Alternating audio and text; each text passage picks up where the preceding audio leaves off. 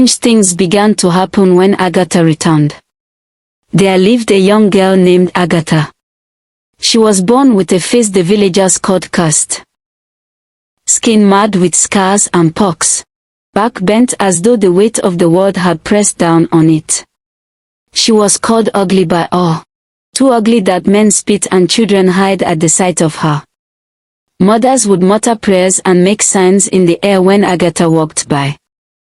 She learned not to look at anyone for too long, not to speak unless spoken to, not to dream beyond survival. Agatha and her mother lived in a crumbling hut at the edge of the village, wrapped in rags as thin as the hopes they held. They were so poor, they survived on what the villagers left behind. Remnants of meals cast away. Sometimes, they ate dog food, sharing their hunger in silence. One bleak evening, her mother fell ill and died. When the mother breathed her last breath, no tears escaped Agatha's eyes. She bowed over the cold body, her fingers trembling as she dug a shallow grave alone.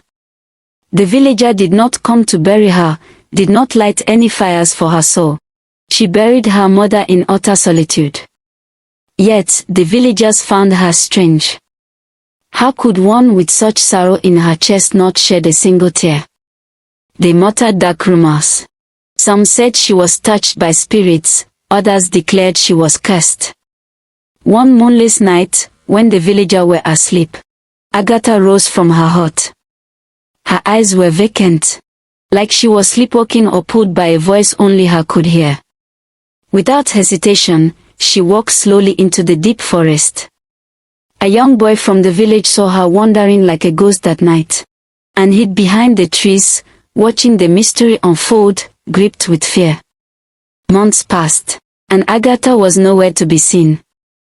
Then, one day, she returned, changed beyond recognition.